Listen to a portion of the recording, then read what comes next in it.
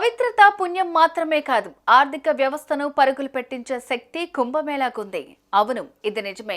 ప్రయాగ్రాజ్లో జరుగుతున్న మహా కుంభమేళా కాసుల వర్షం కురిపిస్తోంది.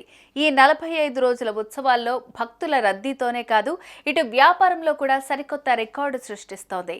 గతంలో ఇక్కడ దాదాపు 2 లక్షల కోట్ల వ్యాపారం జరుగుతుందని అంచనా వేయగా ఇప్పుడు అది 3 లక్షల కోట్లను దాటేసిందని ట్రేడ్ వర్గాలు చెప్తున్నాయి.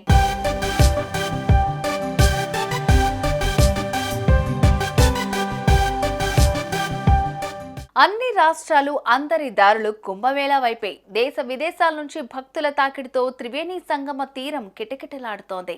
ఇసుకేస్తే రాళ్లంత జనం కనిపిస్తున్నారు. ఈ క్రమంలోనే 37 రోజుల్లోనే 55 కోట్ల మంది పుణ్యస్నానాలు ఆచరించారు. ఇక భక్తులకు ఏమాత్రం అసౌకర్యం కలగకుండా అధికారులు భారీ ఏర్పాట్లు చేయగా కుంభమేళా కాసుల వర్షం కురిపిస్తోంది. మహా కుంభమేళా కోసం ఉత్తరప్రదేశ్ ప్రభుత్వంతో పాటు కేంద్ర ప్రభుత్వం కలిసి 7,500 కోట్లు ఖర్చు చేశాయి. ఫలితంగా రాష్ట్రానికి 3 లక్షల కోట్ల ఆదాయం సమకూరింది. మకర సంక్రాంతితో ప్రారంభమైన కుంభమేళా శివరాత్రితో ముగియనుంది.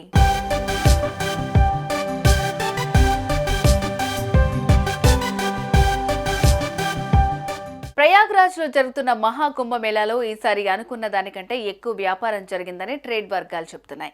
ఈ క్రమంలో వస్తువులు, సేవల ద్వారా దాదాపు 3 లక్షల కోట్ల వ్యాపారం జరిగిందన్నారు. ఈ కుంభమేళా ప్రారంభానికి ముందు ప్రాథమిక అంచనాల ప్రకారం 40 కోట్ల మంది భక్తులు వస్తే దాదాపు 2 లక్షల కోట్ల విలువైన వ్యాపార లావాదేవీలు జరుగుతాయని అంటున్నారు. కానీ ఇప్పటికే వచ్చిన భక్తుల సంఖ్య 55 కోట్లను దాటేసింది. ఈ నేపథ్యంలో ఫిబ్రవరి 26 నాటికి దాదాపు 60 కోట్ల మంది ఈ మహా కుంభమేళాలో పాల్గొంటారని అంచనా వేస్తున్నారు.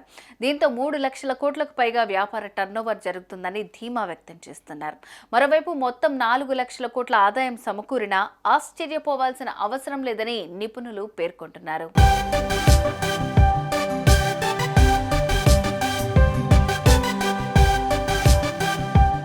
2019లో అర్ధ కుంభమేళా జరిగింది. ఆ సమయంలో రాష్ట్ర ప్రభుత్వానికి 1.2 లక్షల కోట్ల ఆదాయం సమకూరినట్లు ఉత్తరప్రదేశ్ ముఖ్యమంత్రి యోగి ఆదిత్యనాథ్ వెల్లడించారు. ఆ అర్ధ కుంభమేళాకు 24 కోట్ల మంది భక్తులు వచ్చినట్టు పేర్కొన్నారు. 5 ఏళ్ల క్రితం 24 కోట్ల మంది భక్తులు వస్తేనే 1.2 లక్షల కోట్ల ఆదాయం వచ్చినప్పుడు ఈసారి 55 కోట్ల మంది కంటే ఎక్కువ మంది భక్తులు వచ్చారు. కాబట్టి సుమారు 3 లక్షల కోట్ల ఆదాయం రావటం అసాధ్యమేమీ కాదని నిపుణులు వెల్లడించారు.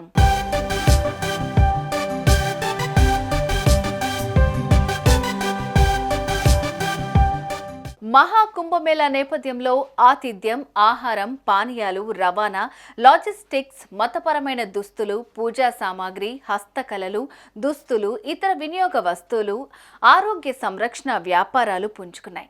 దీంతోపాటు మీడియా, ప్రకటనలు, వినోదం, పౌర సేవలు, టెలికాం, మొబైల్, ఏఐ ఆధారిత సాంకేతికత, సీసీటీవీ కెమెరాలు వంటి అనేక ఇతర వ్యాపార రంగాలు కూడా మంచి ఆర్థిక కార్యకలాపాలను చూశాయి.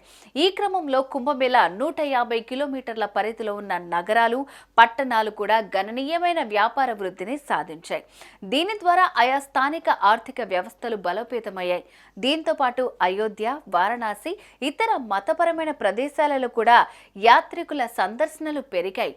మొత్తంగా మహాకుంభమేళాకు వచ్చిన కోట్లాది మంది భక్తులు యూపీ ఆర్థిక వ్యవస్థను పెంచాయనడంలో సందేహం లేదు.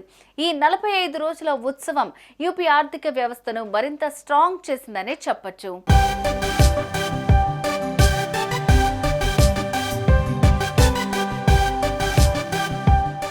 సుమన్ టీవీలో మీ పర్సనల్ అండ్ బిజినెస్ ప్రమోషన్స్ కోసం కింది నెంబర్కి కాంటాక్ట్ చేయండి.